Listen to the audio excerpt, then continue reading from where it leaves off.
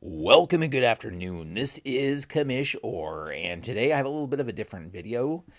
I'm going to focus on an online league that we're trying out with Game Pulse, the Payoff Pitch PC game, and joined the inaugural online league for this. And I'm looking forward to it. So I'm going to give you a little bit of my draft strategy because we're drafting players and I'm going to give you a little bit of the draft strategy, and then I'm going to talk about the league a little bit, and also kind of tell you how things have been going so far with it. So, as always, I'll start this off by saying if you want to follow any of my projects, you can head over to baseballmaelstrom.com to follow the action, where I post updates from two projects that I have going on right now. I have a payoff pitch project that's basically a Hall of Fame league.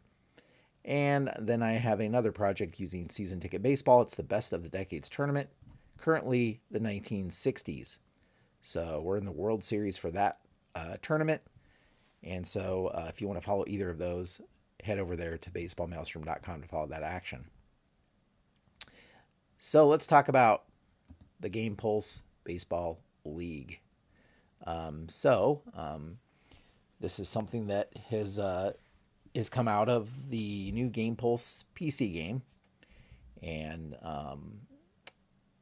the Discord user A Roast and Coffee here has started this league up, and in an effort to test out how you would use Game Pulse to run an online league and to participate in an online league, but also as a way to kind of test out the game and see how that goes as well.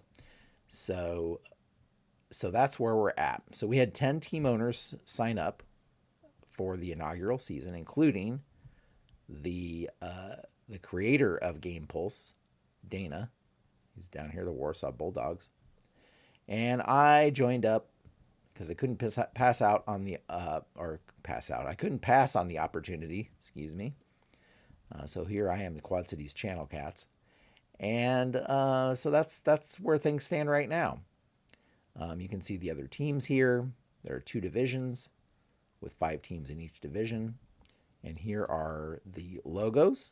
So you can check those out. Here I am over here in the West Division, Channel Cats, and really looking forward to this.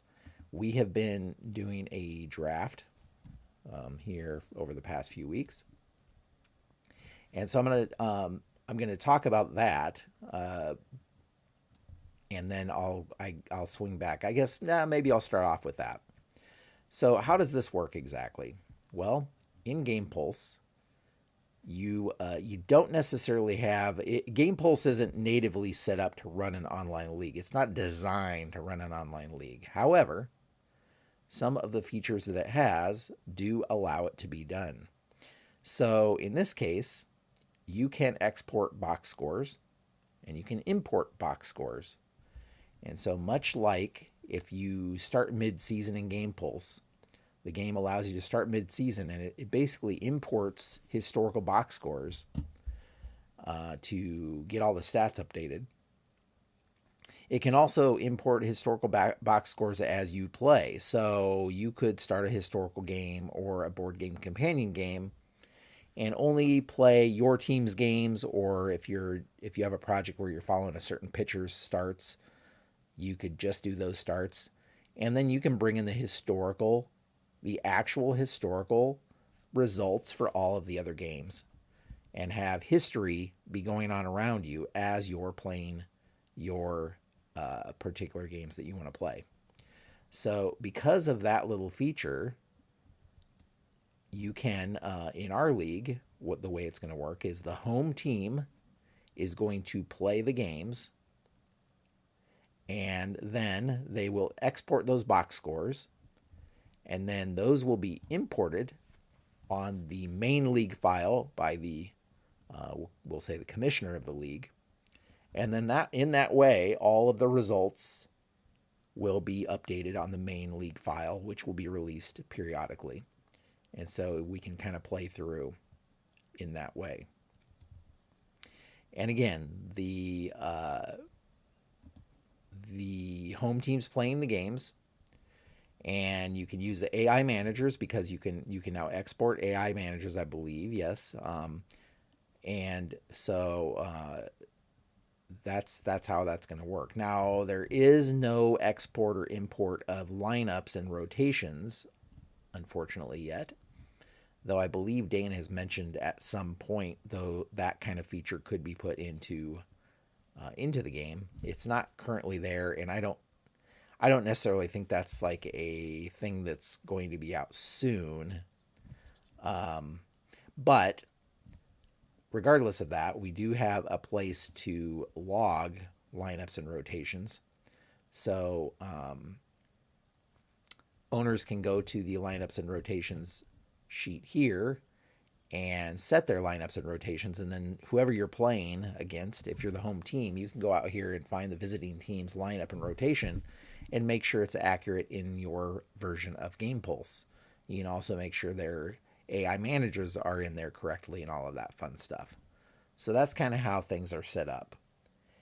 A couple other, I might as well just keep talking about the league before I get into the draft.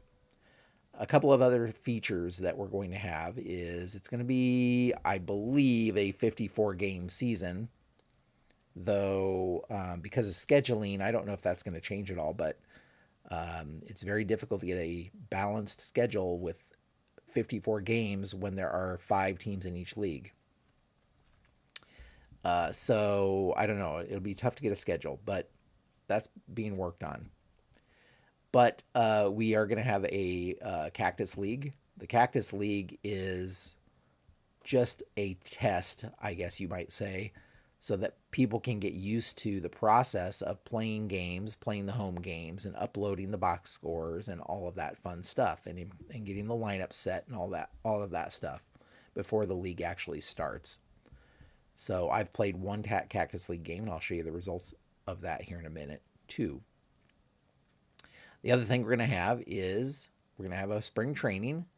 And the difference between Cactus League and spring training is that the Cactus League, we're not done with the draft yet.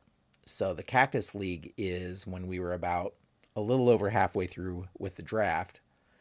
The rest of the players were just kind of auto-filled on the teams. So that's the Cactus League. And that's just, again, just to test things out and get used to the process. Not actually to see who the best teams are and all that fun stuff, because the rosters aren't going to be accurate. But once the draft's complete, we'll have a spring training, short spring training with a few games, so that people can get some actual playing experience against the actual teams that are going to be in the league. And then we're going to have a regular 54 game season. Again, that's the goal. The beauty of 54 games is that it's at 1/3 of a regular major league season. And I believe the plan is to have an all-star game in the middle, maybe a home run derby in the middle. I gave some input on the home run derby because I've run that in my own Payoff Pitch League. I have a system to do it. So I don't know that we'll use that exact system, but that's the plan, is to have that. And then of course, some kind of postseason. I don't know if it'll just be the World Series or how many teams will be in the playoffs. Maybe that's it. I can't remember. Can't remember how all that shaped out. But anyway, we're all on a Discord server, so we can kind of the draft players and follow the draft and all that stuff. And so that's where things stand with the league. It's chugging along nicely. We're making great progress. And again, now that I am releasing this video, version 1.0.3 has been out to the testing team, and it has a lot of quality of life improvements on it. So a lot of like some of the bigger or more annoying bugs have been fixed. We'll say that some of the more annoying bugs have been fixed, with some scoring bugs and then rest and pitcher usage and just some quality of life improvements. Nothing flashy, but a lot of under the hood stuff that's going to make the experience better, the gaming experience better, and eliminate some of these quirky things that were going on in the game. So looking forward to that. All right, so that's a little bit of a background on the league, Game Pulse Baseball League. I showed you the teams here, and again, you can see that and see the teams that are playing. Very, very nice. Now let's talk about the draft. And I'm going to give you two different versions or two different things here. One, I'm going to tell you what specific players I've picked, and I kind of give you my rationale as I go through it. And then secondarily, this can also be used if you're doing any general draft. I'm just going to tell you my drafting philosophy, if you will. And not everybody has the same drafting philosophy by any means, but I'm going to tell you about the way I draft and how I approach a draft when you have a situation like this. And I'm not an expert by any means, but I did this for the Payoff Pitch tournament in Milwaukee with Kurt Berglund that he hosted. We had a draft for that, and I followed the same general process for this draft as well. And I'm going to show you the results, and you can make your own determination on whether I did a good job or not. All right. So first thing to learn, first thing to know is that the draft is going to be 27 rounds. So we're going to have 27 players on the roster. And what I did, this is all done on a Google Sheet, Google Sheet.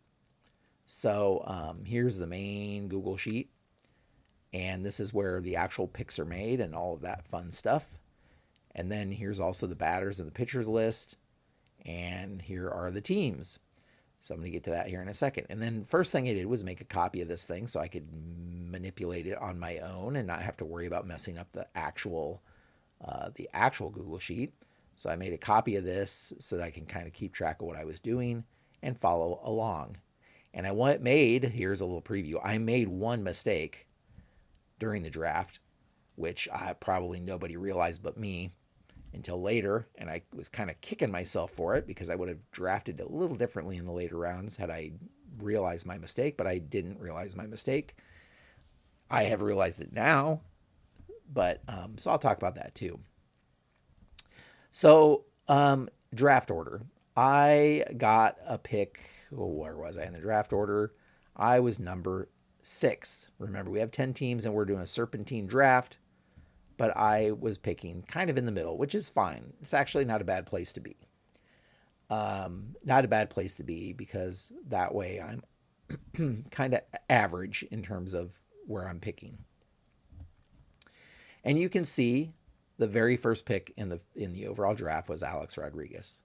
Good choice because shortstop is a thin position. By the way, we're playing with Legends and Busts 1 only. So these are only the Legends and Busts set 1 players.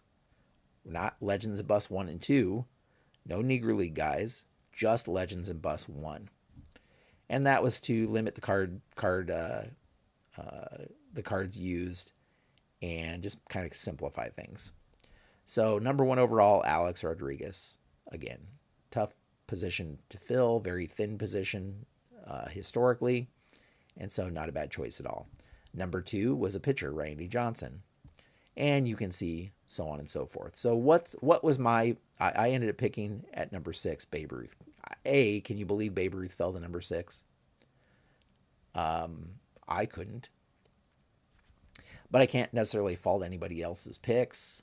Randy Johnson's great. Pedro Martinez is great. Cy Young is historically great. Ohtani, yeah, I mean, I can't discount anybody else's picks, but Babe Ruth. Babe Ruth sitting here at number 6. I'll take him any day of the week. So my goal was in round 1, because I have a wide open team, 27 spots, that I was just going to take the best, in my mind, the best player that was available at that time. And Babe Ruth, to me, is the best player that was available at that time. I have a hard time thinking of who else I would have picked higher than Babe Ruth. So that's who I chose. And right away, that solidified I didn't need a right fielder, since that's Babe's primary position, unless I moved him over to left or whatever. Because these are the Legends of Bust set, players are rated at the positions they played historically. And it's the cards are kind of based on their career rather than their peak seasons or one particular season or any of that stuff. So a lot of players have a lot of positions because historically in their careers they may have played many different positions. That's why Babe's rated right field, left field, and first base. So he played all those positions in his career. All right, so that was that's kind of my first draft strategy was early on pick the best players. Early on pick the best players that are available. And how do I determine who the best players are? Well, what I did was this is the draft page that shows all the players and their stats and their ratings, all of their ratings. And Payoff Pitch does not have like hitting ratings per se. I mean, you can see on the card how well they do, but they don't have like hitting ratings necessarily. So you kind of have to go based on the stats. Yeah, kind of have to go based on the stats. You get their handedness of how they swing. You get their stats, their home runs, walks, their batting average, their on base, their slugging, what positions they play, and all of that fun stuff. Right? That's what you get. And so what I did is I added an extra column, and I value on base a little bit more because I want players to get on base. A little bit of the money ball going on there, I guess, even though that's not necessarily fully in fashion anymore. But that's kind of how I like to evaluate players is give a little bit more weight to on base. And so instead of just going by straight OPS, which I could have done, I give twice as much weight to on base than I do slugging. And so this isn't really weighted on base average.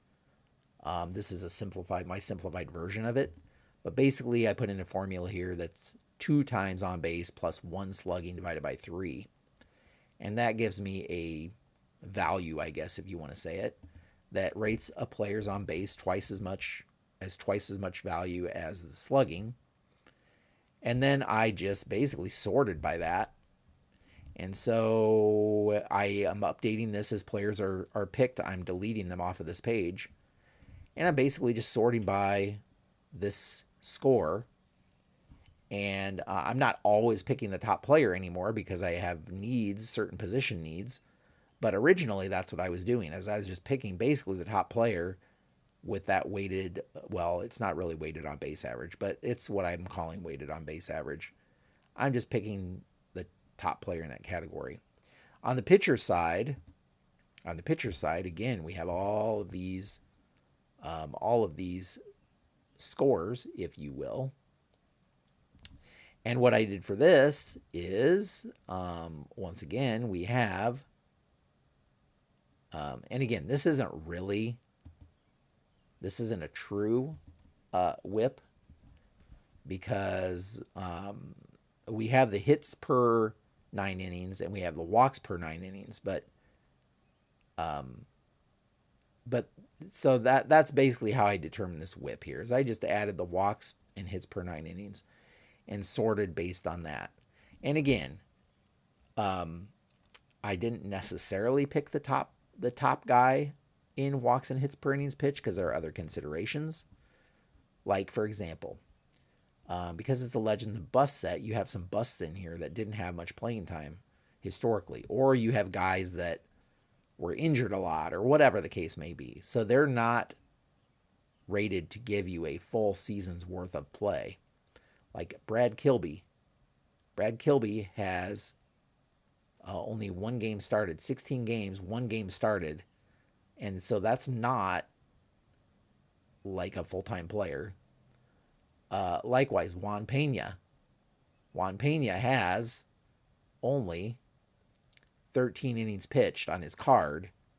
That is not a full player. The starters have 233 innings pitched. You can kind of see there's a bunch of guys with 233. So the typical starters have 233 innings pitched as the baseline. Remember, this is Legends and Busts. So that's the baseline of these starters. And then relievers have varying amounts, but usually, like 90. 90 is a good number of innings pitched. So you have a lot of relievers that have 90 as the baseline.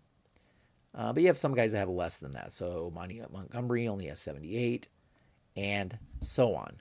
So you kind of have to take that into account too.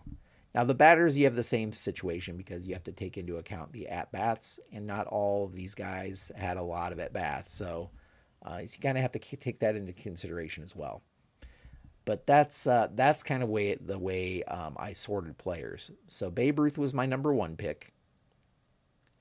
And then my number 2 pick was Ed Walsh because, and here's the other thing that I kind of do, is throughout the draft, I try to alternate a hitter and a pitcher because we have a DH, so we need 9 batters minimum to fill out a complete lineup. So I need 9 batters, and you need about 10 pitchers in my mind. You need four real starters, a 5th starter that doesn't need to be quite as good because you can always go with a 4-man rotation if you want.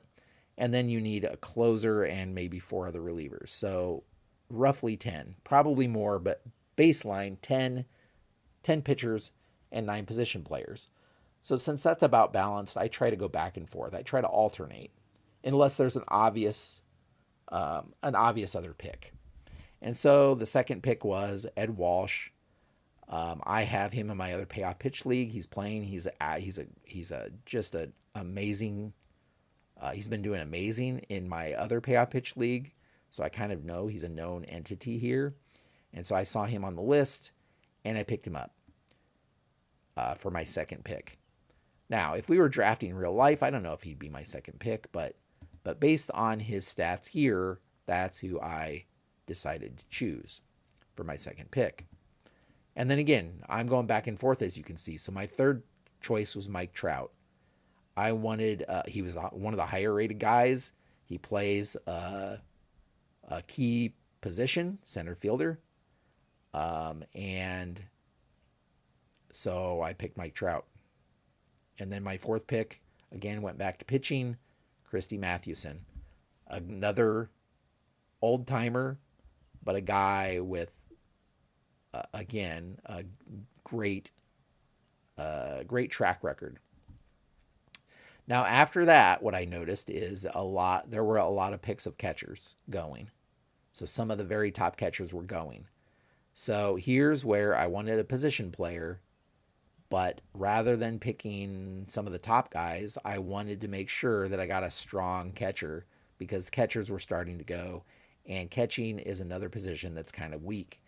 And there's the has and the have-nots. Now, some could strategize and say, well, since the catchers are weak anyway, there's not a lot of difference between the tier of catcher that's going to be left.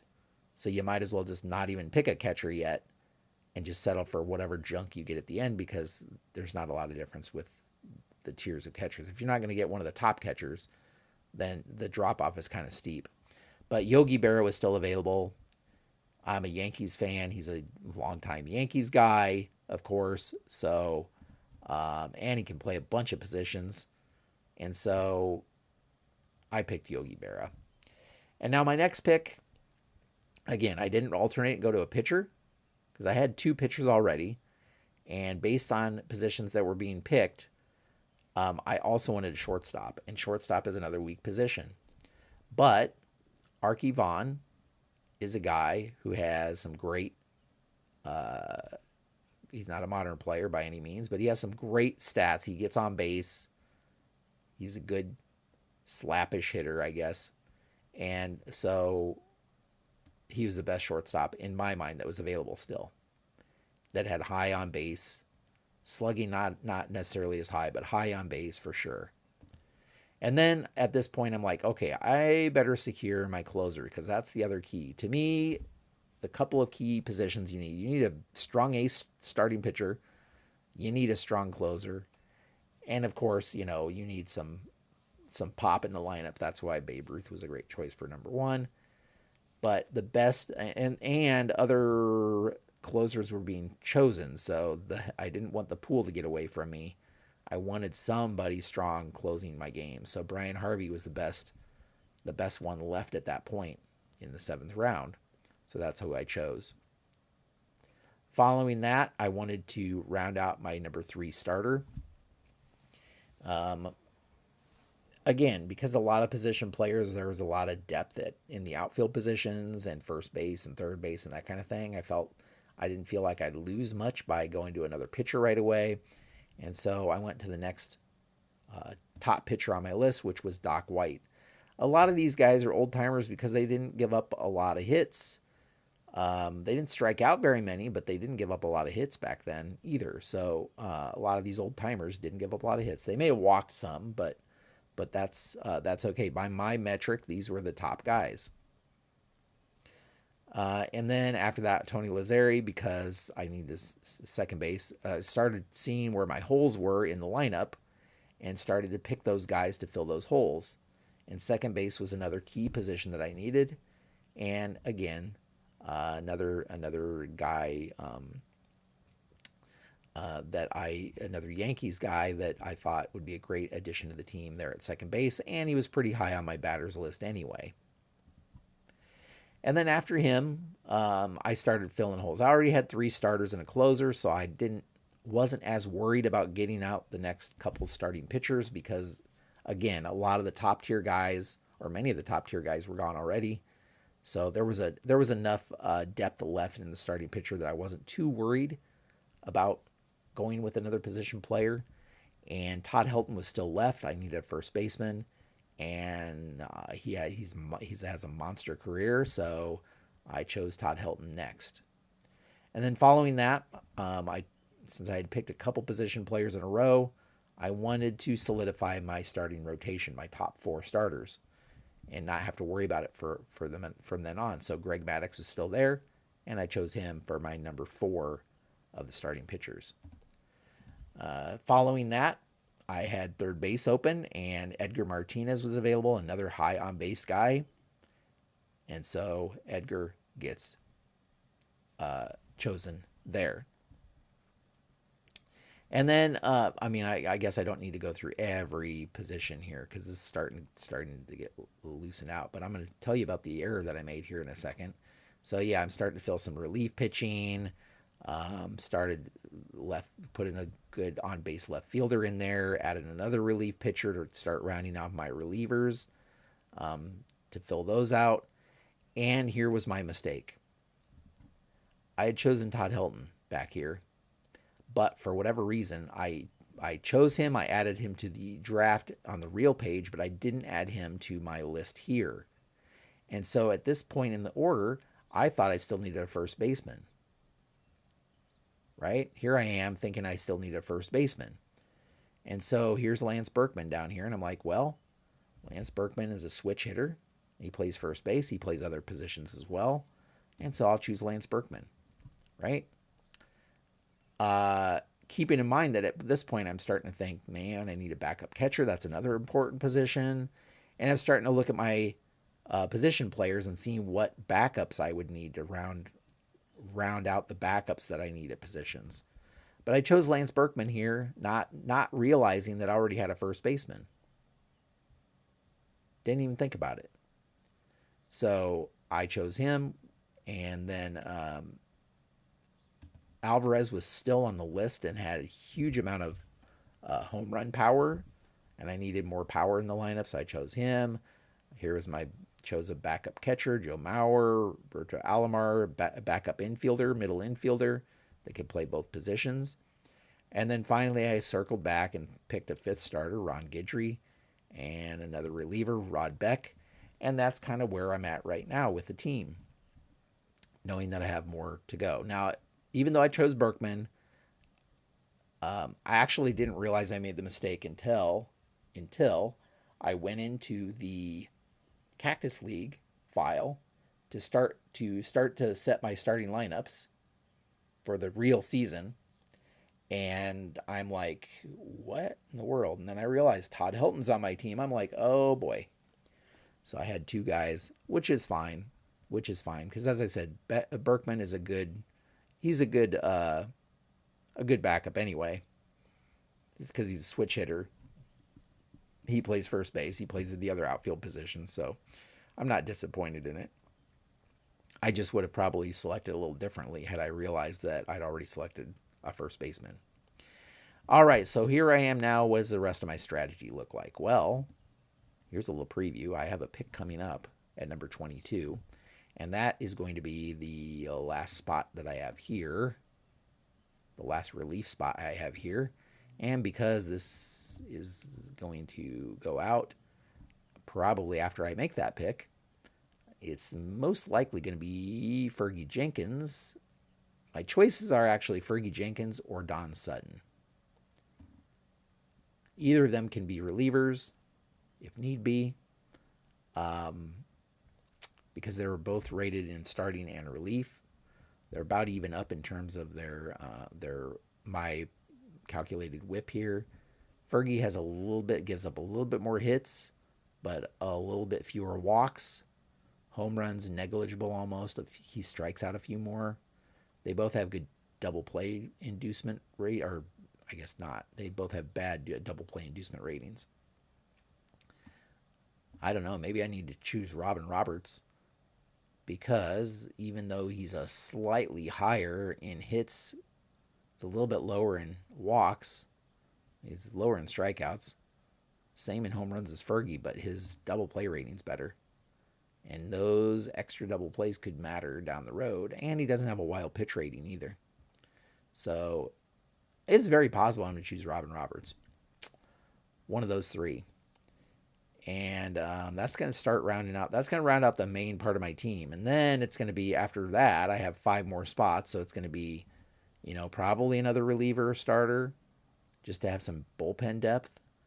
And then I'm going to be taking a look and just trying to pick some other key positions. Like the other key position I want to pick is somebody with a good speed that can be like a pinch runner off the bench. And actually, I had already talked about that to myself.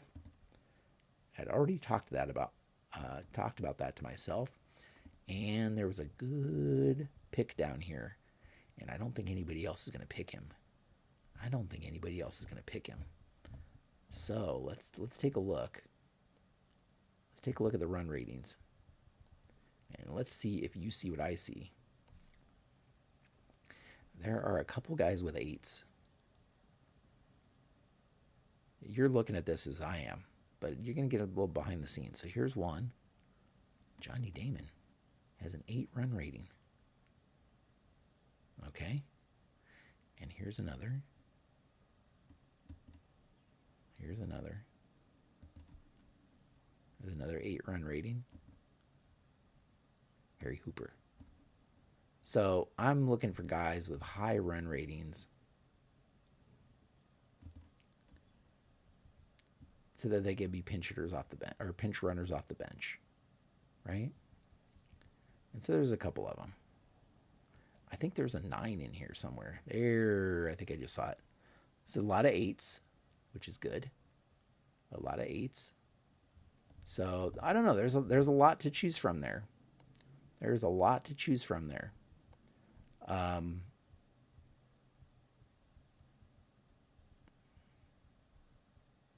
So that's kind of, oh, look at this. There's a 10. That's what I was looking on. Here's the guy I may choose instead of that pitcher that I was talking about. Look at this, though. Okay, let's see if you know who this player is. A run rating of 10. I've not seen a run rating of 10. That's crazy. And look at this. Fielding, center fielder, A4. Left fielder, A5. So he would be a great defensive replacement in center and left. And has the highest run rating I have seen in the game. Oh yeah, here's the other one I was going to choose. Here's a 9. Let's see if you know who this is. First, let's look at the 9 and see who that is. Vince Coleman. Makes sense. But again, Vince Coleman's defense isn't as good. B2, C1, not as good. Who is this 10 down here, you may ask? Eddie Miller. Eddie Miller, I mean, he's not going to be a good hitter, right? Not a good average, 238. Not a good on base, 297. Not a good slugging, 274. But as a defensive replacement and a pinch runner, oh my gosh, he has a jump rating of 8. He's going to get a jump almost every time. And he has a B steal, not too shabby. Now, Vince Coleman's steal, where was Vince Coleman? Here he is. He had an A, 7A. That kind of almost made me want him more. But I think that defense, this defense is like, as a backup defensive center fielder and left fielder, that can't be beat, right? Thing is, Vince Coleman's going to be a better hitter by quite a bit. So he's more versatile. He's going to get more jumps or get more steals because he's an A stealer. And this guy's only a B stealer. And the difference between a 9 and a 10 speed is not that great. I don't know. I might choose one of those guys. So anyway, sorry for going down that rabbit hole, but that's kind of how I look at this stuff. And that's kind of how we get to where we're getting. So yeah, I think I actually after some introspection, I am going to be picking probably a pinch runner type, either Vince Coleman or Eddie Miller. By the way, Eddie Miller, outfielder. You want to see his baseball reference? Let's do it. Eddie Miller, outfielder and pinch runner. Little wiry guy, 5'9", 175. He played for a few seasons in the late 70s and early 80s. So he's in the Legends and Bust set because, he didn't have a huge career, but boy, he could steal some bases, couldn't he? He had 23 steals here in 1981. He had 15 steals in 79. So, dude was stealing bases, man. He just didn't hit very well. So there's Eddie Miller for you. Anyway, so that's kind of my plan coming up here. Here's the other teams, if you're curious. There's the Alex Rodriguez team. That team also has Mickey Mantle and Walter Johnson. What a team, right? Billy Wagner. That's going to be a team to reckon with. Now, how do you think I've done? Well, now that you know the types of players that I've picked and my strategy, right? You know my strategy. How do you think I have done? Well, our league commissioner has crunched the numbers and put in the stats for these players that we've picked and then averaged them out. And here is a comparison of all the team batting. Here I am down here, Quad Cities. I have way more lefties than righties, apparently. More than anybody else in the whole league. But look at this. So the top home run is 28.69 average. I'm not too far below that here at 26.75. So I have some power. My walks are just off of the top. 94 walks from Raleigh. Here I am with almost 90. So I'm number 2 in walks. Batting average. I am tied for second in batting average behind Fairborn. But look at this. Look at this, folks. This is how I drafted. So it's no surprise, but my on-base average for my team is 402. If we can get on base at that clip, we're going to score a lot of runs. And then slugging. I have the highest slugging by not an insignificant amount. Number 2 is 513. Mine's 522.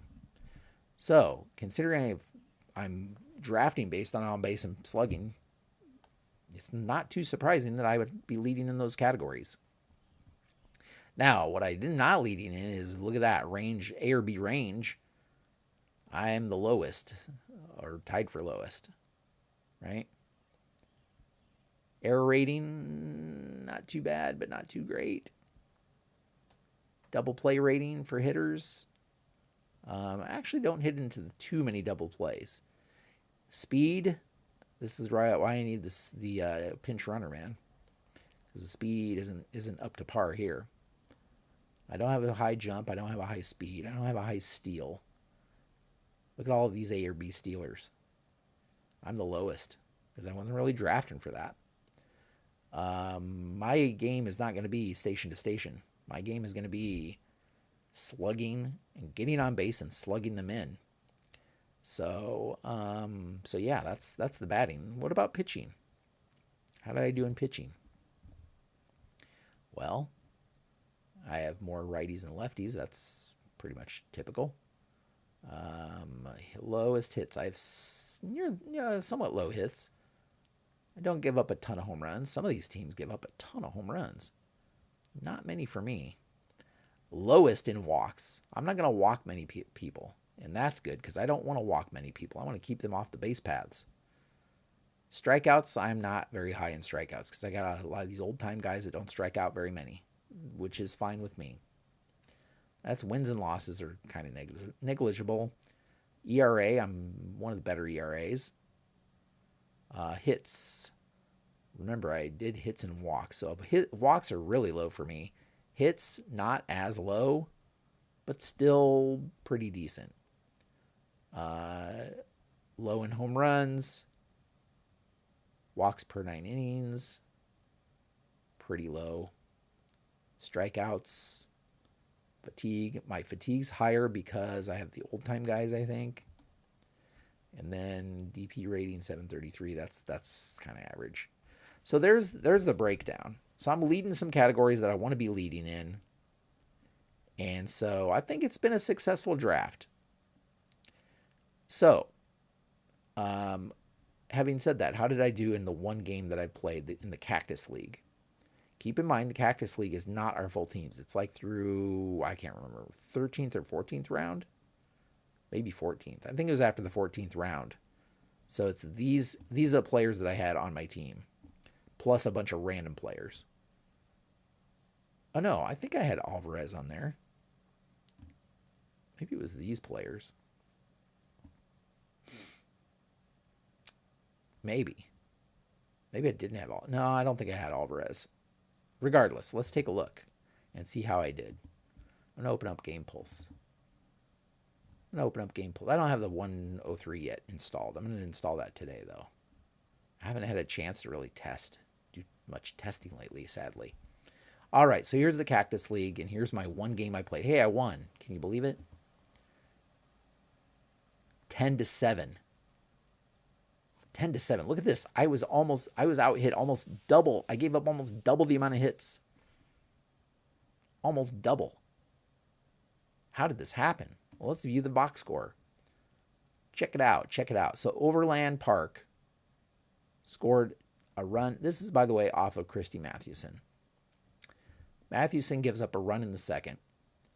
And Randy Johnson is just mowing me down. Look at this. He had 11 strikeouts in 5 1/3 innings. He was cruising against me. Overland Park's up 2-0 into the fifth. Let's go to the fifth inning. And see what happened here. He's up 2-0 going into the fifth. And then Yogi Berra hits a single. Lance Berkman flew out to center. Victor Diaz, who I don't even have on my team, hits a home run. And the game is tied. I tie the game up in the bottom of the fifth. And then in the sixth, I have new life. 1-2-3 inning from Mathewson. He's cruising. Then bottom of the sixth, things fell apart for Randy Johnson. After he struck out Mike Trout, Todd Helton hit a home run. Here I am up 3-2. And then Edgar Martinez walks, Lazari singles, Yogi Berra walks, bases loaded, Lance Berkman comes up and hits a granny. So, after that, Johnson was done. So Johnson came out of this game at that point. And I had a 5-run inning. I'm up 7-2. I think I'm going to cruise along. No, I'm not going to cruise along. Top of the seventh. Here's Mathewson trying to plug away. Look at this. 4 straight singles. Single. 4 straight singles. So they score again. They score a run here to make it 7-4. And then Ty Cobb steals second. Or Cobb didn't steal second, but Ricky Henderson stole second. Ty Cobb hits a sac fly. It's 7-5. So they get a couple runs back there, and Mathewson kind of struggled through that inning. But I still have a 2-run lead, 7-5, right? Right? 3-run inning, I guess it was. And that goes into the ninth. I take my 7-5 lead into the ninth, and I turn things over to my closer, Brian Harvey. And what does Harvey do? Well, he gets up a single to Ricky Henderson, and then there's an error, and there's another single. Bases are loaded at that point. No outs. Should have been an out.